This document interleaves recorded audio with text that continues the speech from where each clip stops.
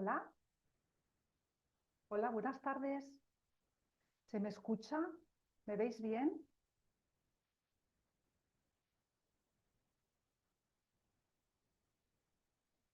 Hola,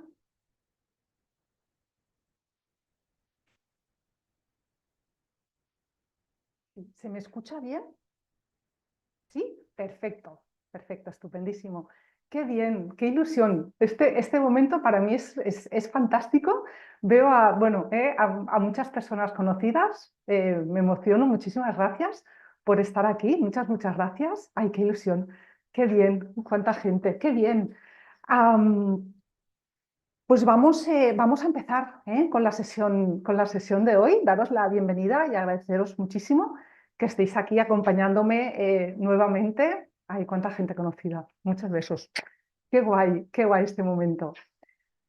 Bien, venga, antes de empezar, os voy a proponer, porfa, que hagáis algo que es importante y luego os explicaré por qué. ¿Sí? De entrada, por fin, escucharos un segundo, ¿vale? Parar.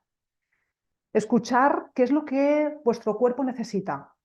Si tenéis sed, si tenéis que acomodaros la espalda con cojines, si tenéis que estirar un poco el cuello, si necesitáis tumbaros para seguir mejor la sesión, os tumbáis, ¿sí? Y porfa, si alguien también necesita levantarse, caminar para escucharme mejor, que lo haga. Es fundamental que os sintáis libres para poder atender a vuestras necesidades, ¿ok? Y que os pongáis lo más cómodos y cómodas posible, ¿sí? Dicho esto, no es una manera de romper el hielo, de verdad, me hace brutal ilusión compartir estos espacios con vosotros y no lo digo porque sí, es literal. Y os explico un poquito, ¿no? El por qué. Yo siento que disponemos de pocos momentos para compartir con otros y con otras colegas y sobre todo personas interesadas en el abordaje del trauma.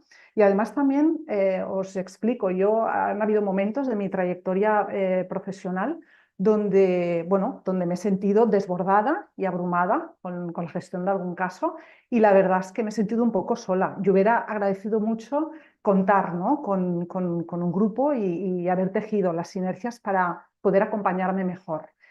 Am, a mí me apasiona mucho mi trabajo. Los que me conocéis sabéis que suelo decir que es más bien un estilo de vida, un trabajo. Lo siento así, es mi pasión. Y la verdad es que creo que es importante compartir entre nosotros y nosotras qué herramientas funcionan y qué herramientas no, en este caso en el abordaje del trauma y desde la terapia narrativa. ¿Sí? Desde mi total humildad, deciros, ¿no? Que mi intención es poder facilitar el trabajo de las personas que acompañáis a otros, ¿no? Que han sufrido trauma y también aprender del intercambio. Dispondremos de un espacio al final donde podremos intercambiar y para mí ese espacio es la bomba, es brutal, es súper enriquecedor y aprendo muchísimo también de todos vosotros. ¿Sí? Paso un momentito a compartir pantalla.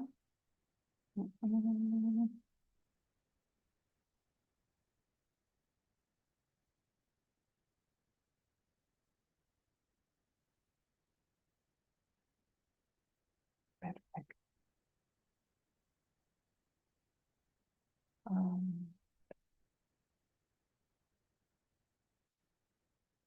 Vale, un segundo, ¿eh?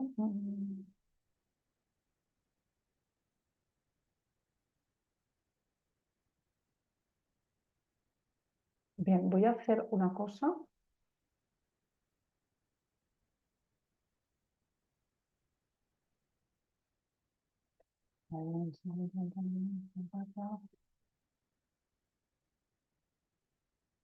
Vale.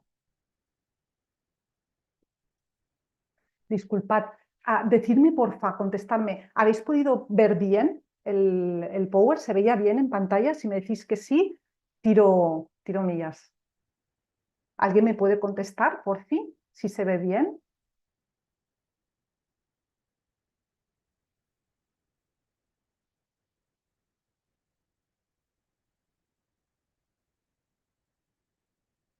Estupendo, muchísimas gracias.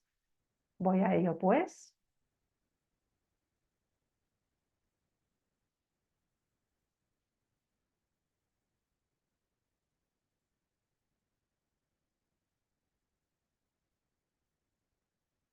Genial. Bien, os explico un poquito quién soy. Sabéis que bueno, llevo muchos años acompañando a personas que han sufrido violencia sexual y a personas que también pues, que la han perpetrado. Yo soy psicóloga sanitaria especializada en el abordaje de la violencia sexual y el tratamiento del trauma. Durante muchos años coordiné el proyecto de Círculos de Soporte y Responsabilidad, al cual quiero muchísimo, y era un programa dirigido a personas que habían cometido un delito sexual y que presentaban un alto riesgo de volver a hacerlo. ¿Sí? En esos años, la verdad es que tuve ocasión de coincidir con grandes profesionales y personas bellísimas, especialistas en el tratamiento de agresores sexuales, y aprendí muchísimo de todas ellas. A día de hoy también soy cofundadora de la asociación Àngel Blau, que es una asociación que pretende prevenir la violencia sexual infantil desde la raíz. Eso quiere decir que acompañamos a personas víctimas de violencia sexual infantil, pero también acompañamos a personas pedófilas y o pederastas para evitar que hayan nuevas víctimas. ¿Sí? Acompaño también a mujeres en el contexto de terapia grupal, soy psicoterapeuta grupal y acompaño a mujeres que sufrieron violencia sexual en la infancia en el contexto de terapia grupal. Y bueno, esto me hace siempre mucha ilusión decirlo bueno, pues a partir de mis años, ¿no?, de experiencia. He desarrollado mi propio método, que es el Mind Body Heart, que es un método de abordaje de la violencia sexual con perspectiva de trauma, que luego os podré pues, explicar un poquito, ¿vale? Deciros que al final dispondremos de un espacio para dudas, para poder intercambiar opiniones, y si en algún momento yo os hago una pregunta, sí que tendré que dejar de compartir pantalla para poder salir y entrar en YouTube, que esas son las cuestiones del online, ¿vale? Bien, yo podría estar horas hablando de mi trabajo, como os decía, me apasiona, podría estar horas hablando de qué es el trauma, de la violencia sexual, de las consecuencias y síntomas de la violencia sexual, de cómo hacer, ¿no?, para sanarlo. Y por tanto también os confieso que es un reto para mí elegir aquel contenido que creo que puede ser más útil en este caso, ¿no?, para vosotros y vosotras, y poder acotarlo en un tiempo limitado, ¿no?, y determinado. Eh, con este objetivo, o sea, yo lo que pretendo es que podáis seguir, ¿no?, de una manera ágil y amena, a pesar de la complejidad del tema, que entraña el tema que hoy nos ocupa. Entonces, con el objetivo de que podáis seguir, ¿no?, el contenido de una forma fácil, voy a empezar clarificando algunos aspectos muy básicos en relación al trauma, y después también os explicaré un poquito sobre terapia narrativa, ¿vale? Lo que os decía antes, si hay alguna duda, alguna cuestión, porfa, la anotáis y luego al final de la sesión tendremos ocasión, ¿vale?, de poder compartirla. Bien, os comento. En relación al trauma, ¿de dónde viene? La palabra trauma viene del griego antiguo y significa herida o ruptura, ¿vale? El trauma no es tanto lo que sucede, es más bien lo que sucede dentro de ti, ¿vale? Como resultado de lo que sucede, ¿ok? Por eso un mismo suceso puede vivirse traumático o no. Nos traumatizamos cuando nuestra capacidad para dar respuesta a una amenaza percibida queda restringida en algún sentido, ¿vale? Recordar que el trauma guarda relación con la pérdida de conexión con uno mismo, con el entorno, con las otras personas, con el propio cuerpo, ¿sí? Aquí os voy a explicar un poquito cuáles son las tres respuestas que se pueden dar ante un evento traumático, ¿sí? Estas tres respuestas son lucha, huida o congelación y sumisión, ¿vale? ¿Dónde hay más probabilidad que se dé trauma? Pues cuando la respuesta es la de congelación o sumisión, ¿vale? Ahí suele haber más culpa y además esa tensión que genera la situación traumática, esa energía queda dentro queda encallada, ¿vale? Cuando la respuesta es de lucha o de huida, esa energía sale para afuera, ¿sí? Es importante que como profesionales que acompañamos a personas que han sufrido trauma, es importante que les expliquemos que no es una decisión consciente, la que se toma de si lucho, huyo o me congelo. Eso no es una decisión consciente, ¿vale? Esto es una respuesta que nuestro sistema nervioso da de manera automática y por tanto decimos que es un acto de inteligencia del cerebro subcortical, ¿vale? Por tanto, nunca es responsabilidad nuestra reaccionar de una manera o de otra. Os explico, esta manera de reaccionar tiene que ver con cómo nuestro sistema nervioso ha aprendido a defenderse y activa la respuesta de forma automática. Puede ser la lucha, la huida o la congelación, ¿vale?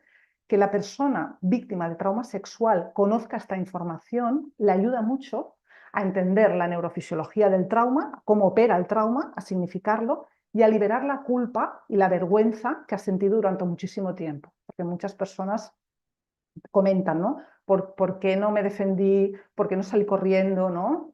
¿Por qué no hice otra cosa?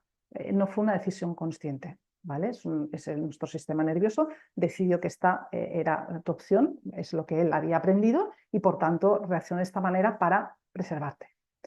Hay algo también que quiero que sepáis y que es importante porque como acompañamos a personas adultas que han sufrido violencia sexual en la infancia, es fundamental que entendamos que cuando se es niño o niña, muchas veces los niños y niñas no pueden huir de la situación traumática porque dependen de personas adultas y además muchas veces esa persona adulta de la que dependen es la que les está haciéndose daño, ¿vale?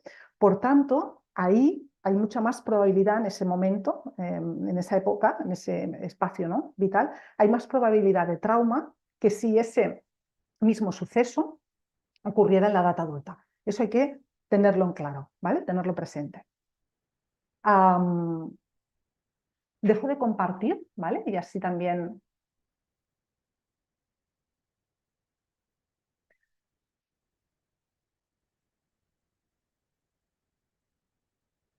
Perdonar, ¿eh? Bien. ¿Se va siguiendo? ¿Sí? ¿Se va escuchando? Si me contestáis. Vamos con un poquito de delay. A mí se me graba desde Zoom y me veis por YouTube. ¿Se va siguiendo bien? Estupendo. Muchas gracias. Gracias por el feedback. Quería compartiros en este sentido un caso, ¿no?, que recuerdo de una chica a la que yo acompañé que sufrió abusos sexuales por parte de su tío, perdona, desde los 3 a los 12 años. Fueron muchos años de violencia sexual. Y esta chica me expresaba mucho, ¿no?, esa creencia de que no había podido defenderse, ¿no?, que no había podido hacer nada para escapar de la situación y se sentía con mucha culpa. Además, presentaba síntomas disociativos importantes, se autolesionaba, entraba en pánico ante gatillos que no sabía, ¿no?, o que no podía identificar en ese momento.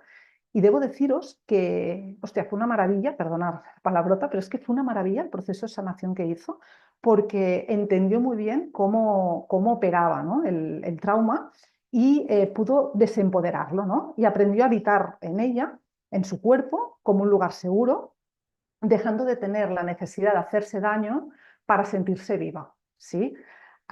Entendió que como niña no podía salir de ahí, ¿vale? Y empatizó con ella misma sintiendo compasión y amor hacia su persona, ¿vale? Y eso fue muy, muy sanador, ¿sí?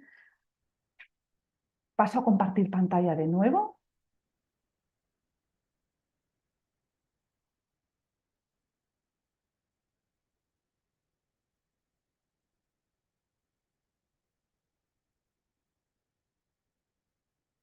Bien.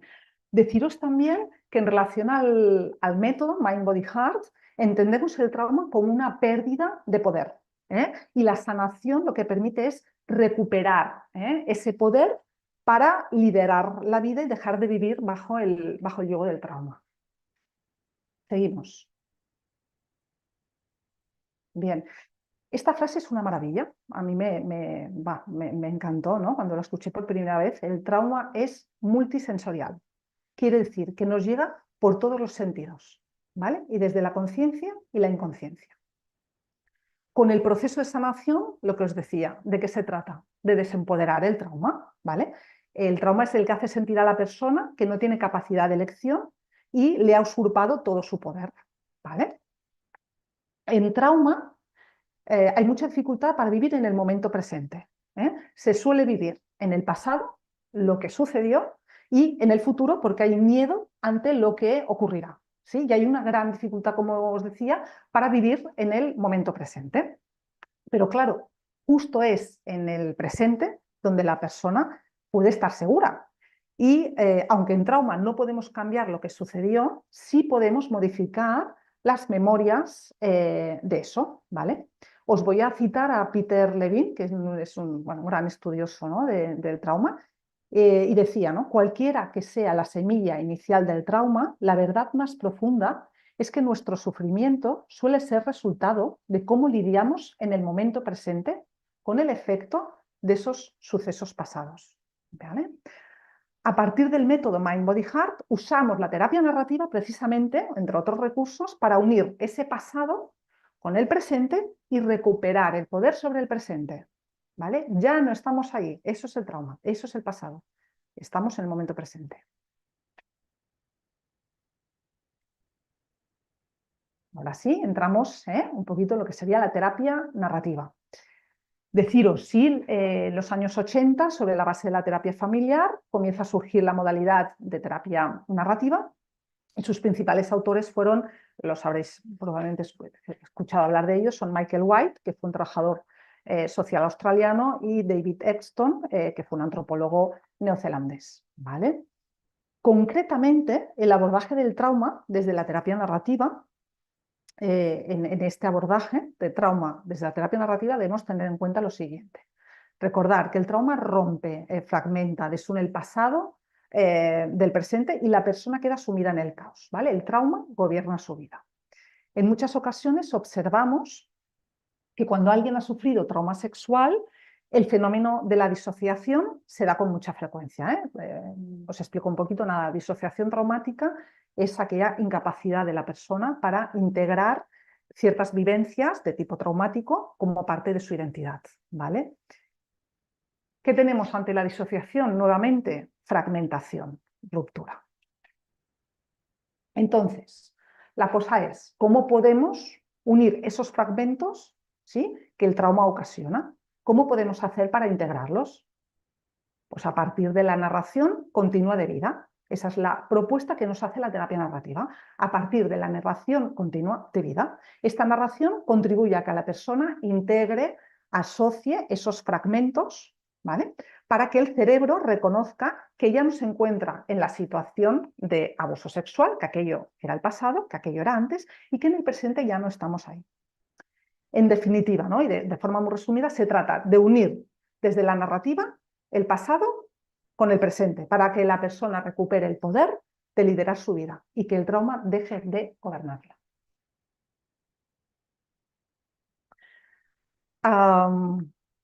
Cuando hay un hecho traumático, es difícil encontrar un sentido de continuidad en el relato, ya que ese hecho traumático impide que la persona conecte distintos componentes de la historia.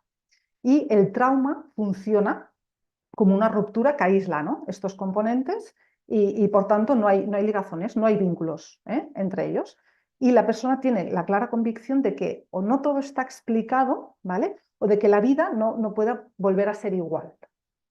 Las personas que han pasado por experiencias traumáticas, como abusos o agresiones sexuales, se encuentran con dificultades para integrar toda su experiencia, ¿vale? Y estas dificultades se pueden mostrar de dos formas, ¿vale?, y no son incompatibles entre ellas. Os explico. La primera forma que observamos, donde pueden haber dificultades para integrar toda la experiencia, es cuando la persona no es capaz de explicarse la experiencia que ha atravesado. ¿vale? No han desarrollado una narrativa al respecto ni viable, ¿vale? Ni siquiera han narrado la situación, ¿no?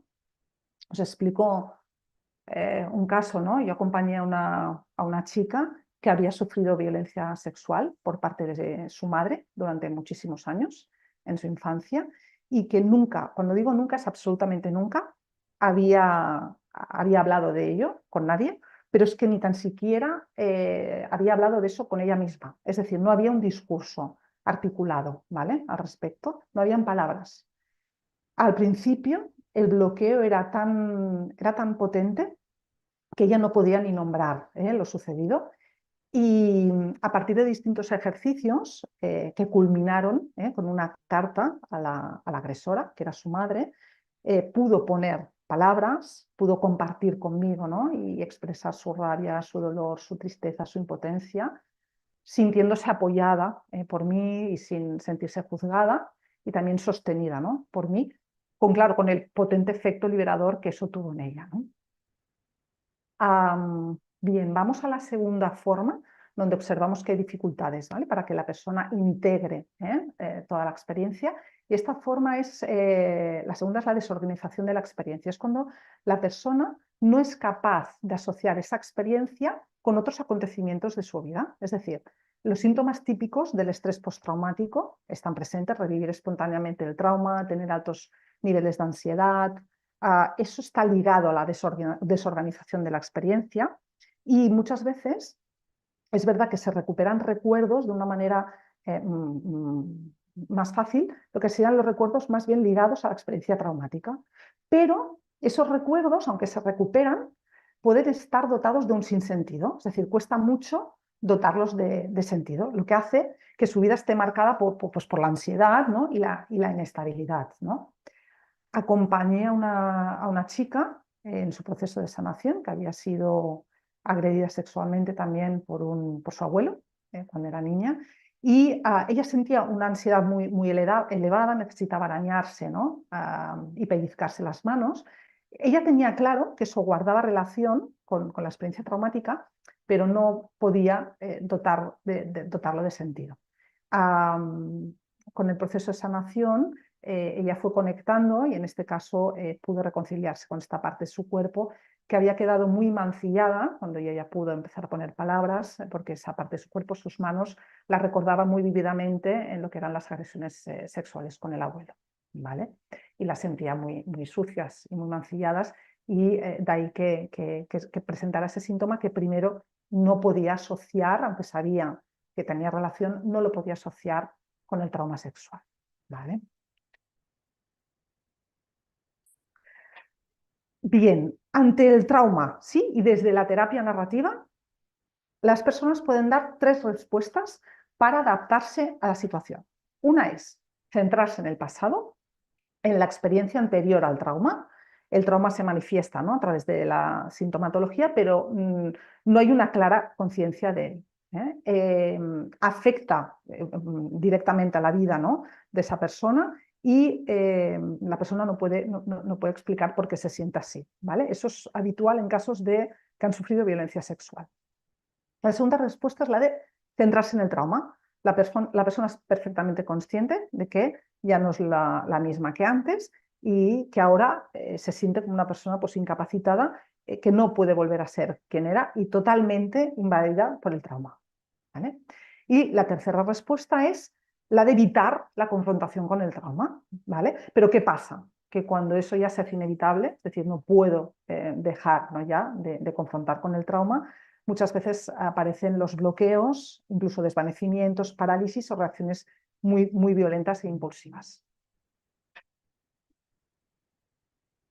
Dejo de compartir y así también os pregunto qué tal, si se va siguiendo bien. Ahora os explicaré un poquito lo que tiene que ver con mi método, Mind Body Heart, pero me decís, porfa, si se va siguiendo bien. Veo que hay alguna pregunta en el chat, luego dedicaré un tiempo a poder responderlas.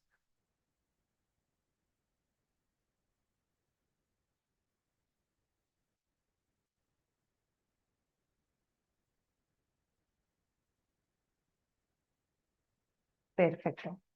Estupendo, entonces vuelvo a compartir pantalla y sigo con la presentación.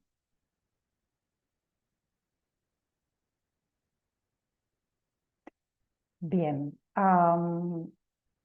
os explico un poquito. Antes de seguir con la propuesta de la terapia narrativa en el abordaje del trauma, sí que me gustaría explicaros un poquito lo que son los principios fundamentales, ¿no? de mi método. Os decía que es un método de abordaje de la violencia sexual con perspectiva de trauma. Es fundamental que sepáis que cuando alguien sufre un trauma, este trauma impacta en distintos niveles, fundamentalmente en tres, lo que sería el cuerpo, la mente y las emociones. Y por tanto, nuestra intervención tiene que ir dirigida teniendo en cuenta estos tres niveles.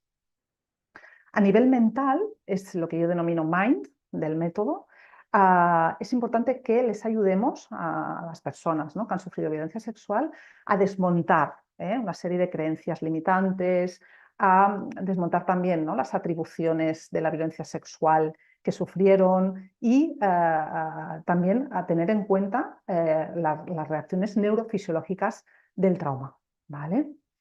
Es fundamental que trabajemos teniendo en cuenta el cuerpo, y es la parte que yo denomino body de mi método, porque el cuerpo queda atravesado por el trauma, y hay que trabajar con y desde el cuerpo.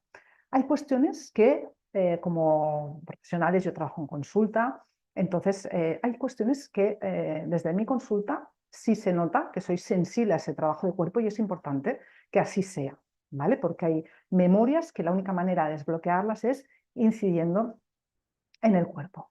Y además también tengo colaboradoras, una terapeuta corporal, que es Fanny, que trabaja con esa sensibilidad de trauma, ayudando a trabajar los bloques operacionales en el cuerpo, ¿sí? Al inicio de la sesión os decía, porfa, escucharos, ¿no? Es clave que os escuchéis. Yo estoy cómoda ahora. Antes de empezar, he puesto el aire porque tenía calor, tengo una botellita de agua aquí, por si tengo sed, y tengo sed, beberé agua. Si necesito en algún momento estirarme, pues me estiraré. Tengo un cojín también, ¿vale?, para la espalda, sentirme bien, relajada, cómoda. Y es clave que en ese sentido nos escuchemos, lo tengamos en cuenta y también funcionemos como reflejo en consulta. Es decir, yo invito a las personas, y mi equipo invita a las personas que están en consulta a poder estar cómodas, tenemos una manta, ofrecemos agua, si alguien se quiere descalzar, es decir, es clave. Incluso si alguien se quiere levantar en un momento dado, hacer estiramientos, lo que necesitemos, porque nuestro cuerpo habla y hay que poder escucharlo, ¿vale? Y por último, también fundamental, ¿no?, hay que trabajar obviamente la base emocional del trauma, que es lo que denomino HEART, ¿no?, en mi método. Hay que fomentar, ¿no?, que la persona aprenda a identificar, a expresar y a gestionar saludablemente, ¿no?, aquellas emociones que pueden aparecer debido al suceso traumático y que es clave para que pueda integrar y procesar el trauma, ¿no? Tiene que poder conectar con el dolor sufrido para poderlo así soltar. Hay un elemento que es inherente y es muy bonito, ¿no? Bueno, a mí me encanta la imagen que aparece en pantalla, ¿no?, del logo, ¿no?, de Mind Body Heart, que es este corazón que está en medio, que es el elemento que hace posible que esto funcione, y es el amor, ¿vale? En términos profesionales, sí, en términos terapéuticos, yo lo traduzco como el vínculo terapéutico, ¿vale? Es desde el vínculo con la persona que acompañamos que haremos posible que este método funcione, y ese vínculo tiene que estar basado en la confianza, en el respeto y también en el saber estar cuando el otro necesite nuestro soporte. Ese es el garante, ¿no?, de que el método funcione. Vale, y a lo mejor os estáis preguntando, bueno, vale, ¿y trabajar todo esto para qué? Pues para ofrecerles las herramientas de sanación necesarias para que la persona pueda unir esos fragmentos que el trauma, ¿sí?, rompió, y que pueda integrar, elaborar y procesar el trauma para recuperar el poder, ¿vale? El poder de vivir su vida como quiera y de manera plena. Ahora sí, claro, esto me lleva a hablaros de las herramientas que yo uso desde la terapia narrativa para abordar el trauma. ¿Y cuál es la propuesta desde la terapia narrativa? Nos dice, sería lo que aparece en pantalla, la organización de la identidad narrativa alternativa al trauma. ¿Qué quiere decir eso? Bien, la orientación narrativa para trabajar con el trauma parte del supuesto de que hay múltiples versiones posibles de la identidad de una persona, ¿vale? Conviviendo con la identidad centrada en el trauma, soy víctima de violencia sexual, también hay otras identidades, ¿vale? Por ejemplo, pues yo, anterior al trauma, yo como madre, yo como persona capaz de gestionar mi trabajo, etc. Esas distintas versiones de la identidad están aisladas, ¿vale? Han quedado aisladas porque el trauma ha funcionado como una bomba que ha destruido los puentes entre estas distintas facetas que conforman la identidad de uno o una. La tarea de sanación desde la narrativa es reconstruir estos enlaces para volver a edificar un sentido coherente, ¿no?, de la identidad, que sea armónico, continuo a través del tiempo y es decir, que sea continuo desde los momentos anteriores al trauma, momentos durante el trauma y posteriores al trauma, ¿vale? La narrativa de la persona traumatizada está fragmentada y esa continuidad ha quedado rota. Por tanto, es clave que podamos promover una reorganización de su identidad hacia un sentido de autosuficiencia, ¿vale? Debemos potenciar una narrativa alternativa. Nosotros, como profesionales, debemos potenciar que la persona construya una narrativa alternativa al relato primario de incapacitación que presenta como persona traumatizada por violencia sexual, ¿vale?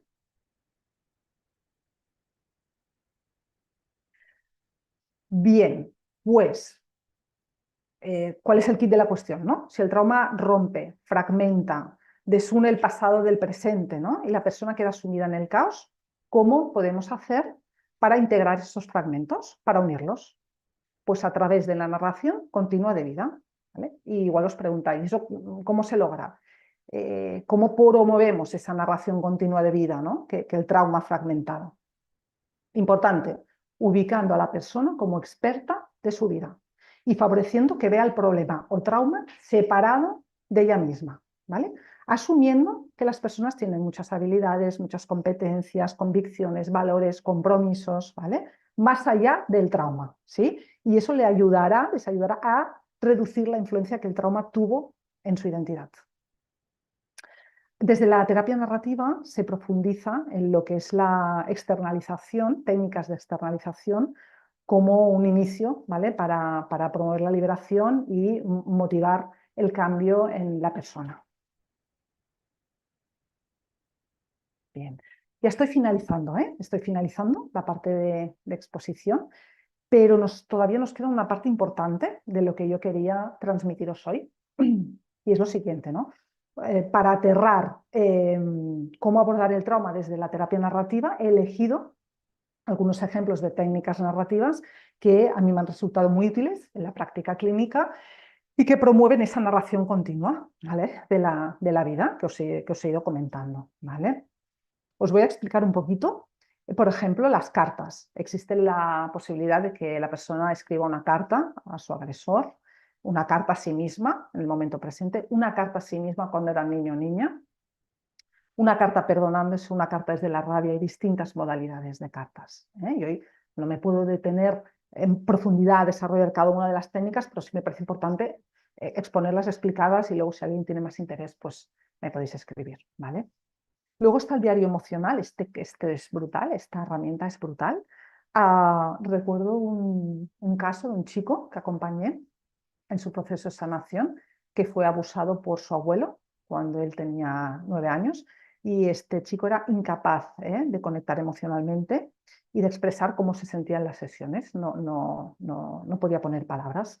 Había mucho síntoma en el cuerpo, le dolía mucho la espalda, tenía muchas migrañas, sufría de diarreas y además también vivía algunos episodios disociativos, sobre todo sensación de irrealidad cuando se juntaba, ¿no?, con su familia. Y empezamos a trabajar con el diario emocional. También os tengo que decir que trabajamos con el diario emocional, pero también otras técnicas de conexión con el propio cuerpo. Eso era importante también. Y aunque al principio le costaba muchísimo, ¿no?, poco a poco, a través de esta herramienta, el diario emocional, él sí pudo comprobar cómo había una conexión emocional en su día a día y a lo largo de sus vivencias. Y además también pudo ampliar su vocabulario emocional, sintiéndose, pues eso, ¿no? Mucho más empoderado y mucho más conectado. Fue un trabajo precioso, ¿eh? Lo recuerdo con mucho cariño a esta persona. Vale, luego también está el uso de fotografías, ¿eh? Es una técnica narrativa y se utiliza para promover que la persona se acepte a sí misma y comprenda sus circunstancias de vida y que no se culpabilice, ¿vale? Y que pueda desarrollar un lenguaje amoroso hacia ella misma, ¿eh? Sobre todo cuando son personas adultas que sufrieron violencia sexual en la infancia. Ah, os explico un poquito.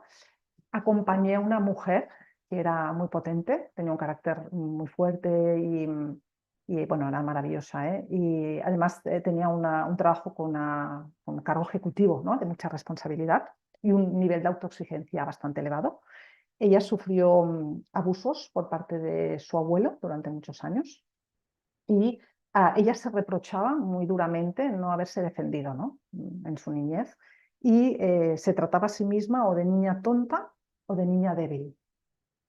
A partir del ejercicio de las fotografías, entendió de verdad, vivenció lo que era ser un niño o una niña, ¿no? Y conectó con su propia inocencia, con la ternura, con la ingenuidad, ¿no? De la niñez y de su propia infancia, ¿no? Y pudo entender a su niña y se pudo tratar con amor y con el cariño y el respeto que merecía. Además, eso influyó mucho en la manera en que se hablaba, ¿no? a sí misma, pudiendo desarrollar, ¿no? Ese lenguaje más amoroso y de una manera, se podía tratar de una manera más autocompasiva, ¿vale? Fue también muy especial. Suele ser muy potente el ejercicio de las fotografías, ¿eh? En el momento ya moviliza muchas cosas y suele ser bonito pero potente. Otra técnica narrativa es la línea de vida, que es un ejercicio interesante que nos sirve de base para construir una narrativa propia y también para encontrar una secuencia, un significado coherente. Ayuda a recordar y a ordenar. Y yo trabajo mucho con hay distintos formatos de línea de vida y yo trabajo mucho con la línea de vida emocional. Y luego este ejercicio también es muy bonito, que es el libro, ¿no? Sobre su vida. Y trata de pedirle a la persona que estructure su vida en capítulos, no que los desarrolle, que estructure su vida en capítulos, pedirle que ponga un título a cada capítulo y sí que comentarle que el último capítulo tiene que ser el de proyectarse en el futuro, ¿sí? Una vez finalice terapia, ¿vale? Es muy bonito y os puede parecer como muy sencillo, pero en realidad no es tan sencillo como parece. Os explico. Pueden aparecer bloqueos, resistencias. Acompañé a un hombre que sufrió violencia sexual por parte de su hermano cuando él tenía 7 años. Y en este sentido no podía completar el libro, es decir, el último capítulo era imposible que le pusiera un título, no podía proyectarse, ¿sí? No podía proyectarse en el futuro más allá de la terapia, él estaba tan centrado en el trauma que no podía, ¿no? Ir más allá. Y tardamos tiempo, es decir, también respetando mucho, ¿no? Los ritmos, pero es verdad que finalmente pudo poner título, ¿no? A ese capítulo y, ostras, fue precioso, ¿eh? Es decir, se emocionó muchísimo porque sintió, ¿no? Una liberación, recuperó, ¿no? Una sensación de libertad, de poder, ¿no? Liderar su vida y proyectarse como merecía, ¿no? Hacia futuro.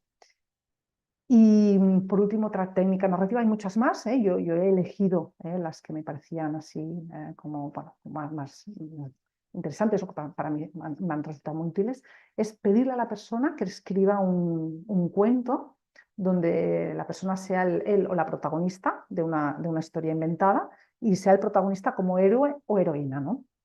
Y es una forma de conectar con el poder, ¿vale? Desde el relato simbólico y también empezar a mover bloqueos que tienen que ver con el momento presente, ¿no?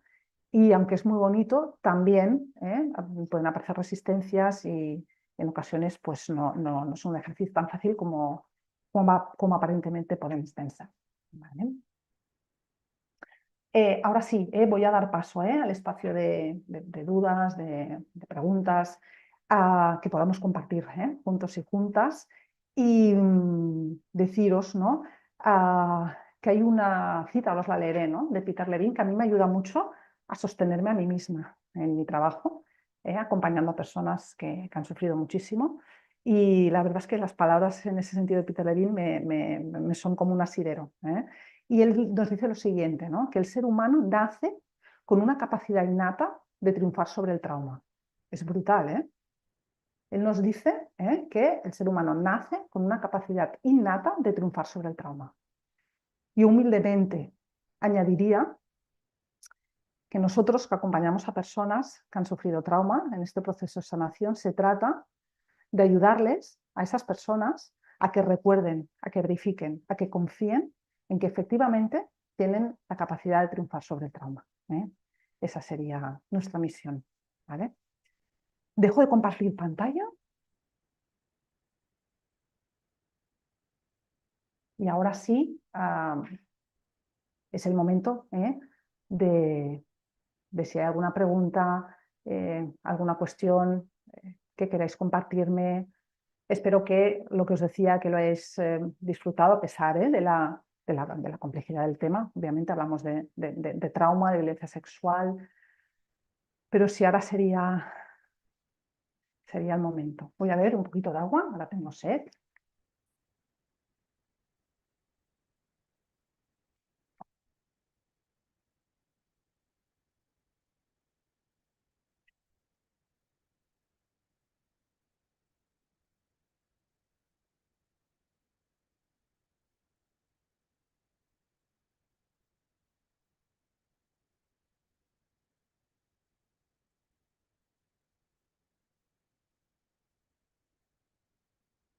¿Quién se anima? ¿Qué os ha parecido? Hola Ernesto, gracias. Tania, estoy bien. Qué bien, Ernesto, un placer leerte y ir coincidiendo contigo, qué bien.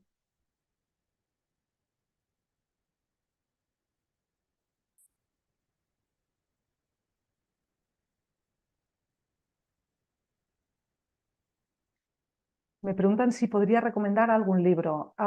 Hay varios, escribidme porfa en el mail porque sí hay varios de Michael White y en todo caso os podría recomendar bibliografía. Ernesto, me pregunta si puedo explicar un poco mi método. Vale, voy a intentar profundizar un poquito, ¿sí?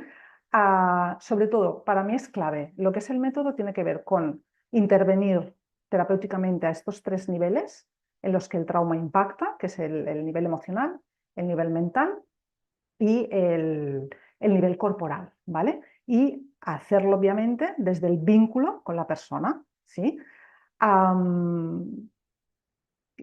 ¿Qué quiere decir? Es decir, que debemos recordar que el trauma es multisensorial, que nos llega por todos los sentidos. Por tanto, hay aspectos que ayudaremos a la persona haciendo psicoeducación del trauma, ofreciéndoles información sobre la neurofisiología del trauma, desmontando, por ejemplo, lo que son las creencias limitantes, las atribuciones, qué relatos ha explicado la persona de lo que le sucedió, pero eso no siempre es suficiente.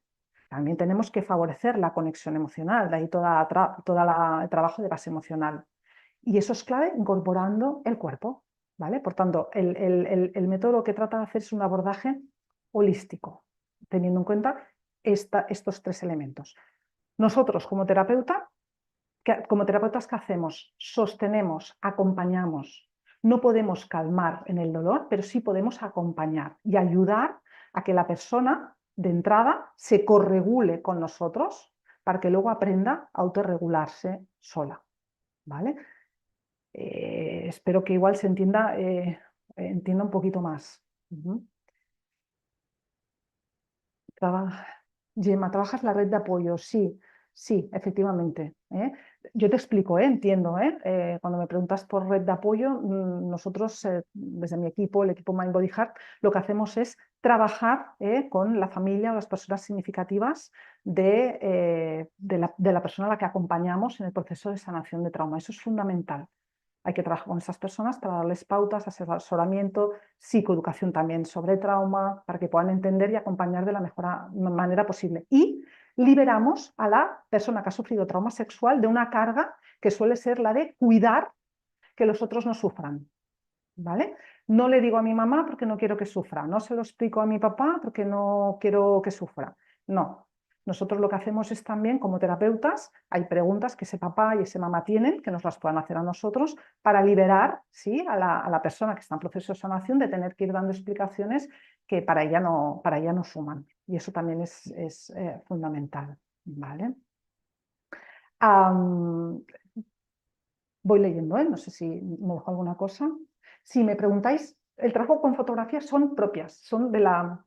Les pido a la persona que elija fotografías que sean significativas de distintos momentos de su vida y son fotografías propias de la persona. Sí. Esta intervención se podría realizar a nivel grupal. ¿Qué intervención? Perdona, no acabo de entender. Yo sí que acompaño a personas en proceso de sanación, en metodología de terapia grupal. Hasta ahora siempre la dirijo a mujeres que han sufrido violencia sexual en la infancia. ¿Vale? Bien, me preguntáis, ¿no? ¿Qué indicadores nos refieren que la identidad narrativa de la persona está mejorando en cuanto al cuerpo, mente y emociones? Mirad, yo os invito a que os apuntéis, o sea, yo voy a ofrecer, sí, ahora en breve una sesión clínica donde sí voy a exponer muy detalladamente lo que es la evolución de un caso que sufrió violencia sexual y que presentaba trauma desde el abordaje de la terapia narrativa. Esta sesión clínica, no sé si mi compañera Cristina puede poner el enlace para que veáis un poco de qué va a ir. Pero sí que lo que voy es aterrar, una sesión de 3 horas. Es verdad que va a ser para grupo reducido, a mí me gusta mucho, ¿no? Cuando trabajo en sesión clínica, trabajar con grupo muy reducido, porque no es una sesión clínica al uso. No soy yo la que solo habla y expone, sino que vamos construyendo juntos y juntas el caso, y por tanto para mí es fundamental que el grupo sea reducido, y eso hace que muchas veces las bases queden llenas muy rápido. Pero bueno, en todo caso, si estáis interesados, sí que entonces explicaré un poquito más qué indicadores en lo que es la sesión clínica lo veríamos en detalle. Así, hablo de pronto, ¿qué indicadores nos refieren que eso está mejorando? Por ejemplo, cuando la sintomatología del cuerpo desaparece o se reduce muchísimo. Todo lo que es las somatizaciones, la ansiedad, diarreas, dolor de espalda, bloqueos cervicales, autolesiones, todo esto, por ejemplo, desaparece, ¿no? A nivel emocional, lo que es la ansiedad de base también pues se reduce o desaparece, y sobre todo la persona se refiere a sí misma de otra manera, ¿sí? Es decir, con mucho más cariño, con mucho más amor y desde una sensación de autosuficiencia, de capacidad. Ya no soy estoy rota, no sirvo para nada, soy una inútil, nunca podré hacer nada bueno en mi vida por lo que me pasó, sino que empiezan a poder conectar con su capacidad y con el poder y con el amor propio. Entonces, también la manera de presentarse y de expresarse es desde otro lugar. ¿Vale? ¿Qué más cositas voy leyendo? Me preguntas si he creado un protocolo o va dependiendo un poco por dónde te va llevando el paciente. Os explico, a nivel metodológico, yo sí trabajo en un plan terapéutico, eso también lo expongo en lo que serían las sesiones clínicas. Para mí es muy importante que la persona a la que acompaño tenga muy claro, ¿no? En qué momento estamos, ¿no? En qué momento está de su proceso, cuáles son los objetivos a trabajar. Es decir, él tiene que ser el protagonista, ¿no? Obviamente, de su proceso de sanación. Entonces, sí que hay un plan de trabajo acordado con el paciente o la paciente, y yo voy remitiéndome a ese plan, pero es un plan flexible, voy incluyendo e incorporando aspectos que le pueden ir sucediendo en su día a día. Por tanto, no es tan un protocolo, es más un plan terapéutico, y es un plan terapéutico que nos sirve de brújula, pero que es flexible. ¿Sí? Vale, me preguntáis que cada paciente es un mundo y que en cuántas sesiones se puede o recomiendas utilizar esta técnica narrativa. ¿Pueden alternarse técnicas diferentes o debe usarse solo una por terapia?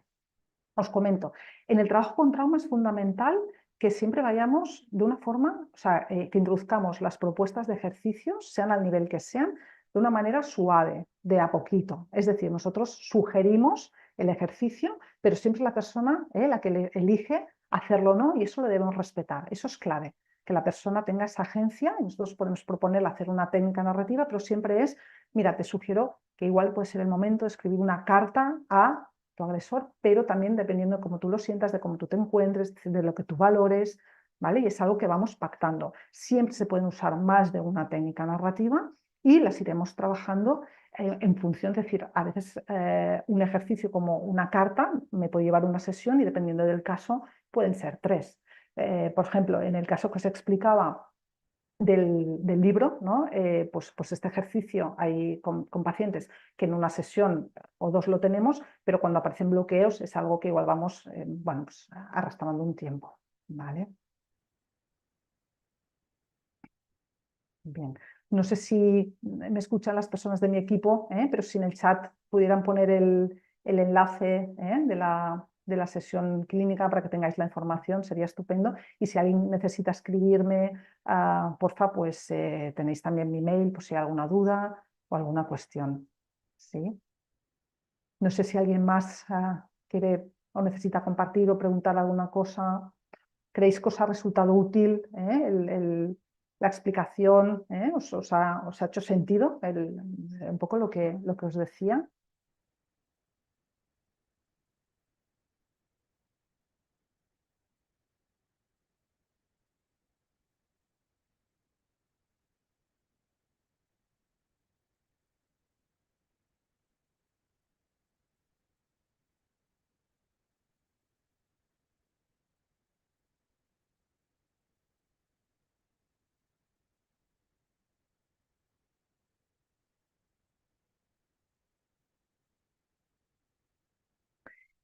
El material lo compartimos, es decir, yo me quedo una copia y ellos se lo quedan también. Bien, veo que sí, que ha sido útil, qué bien. ¿Cuánta gente conocida? Qué bien, qué alegría. Muchísimas gracias de verdad, a vosotros y a vosotras por estar y por compartir. Muchísimas gracias, un placer. Si voy pues a despedirme y os mando pues nada, un abrazo y estamos en contacto. Espero que nos podamos ir viendo en futuras ocasiones. Un abrazo enorme, un beso a todos y a todas.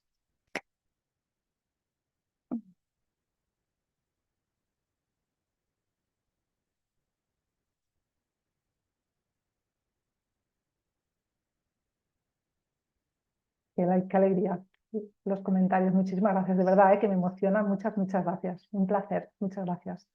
Un beso enorme. Qué bien. Qué ilusión leeros.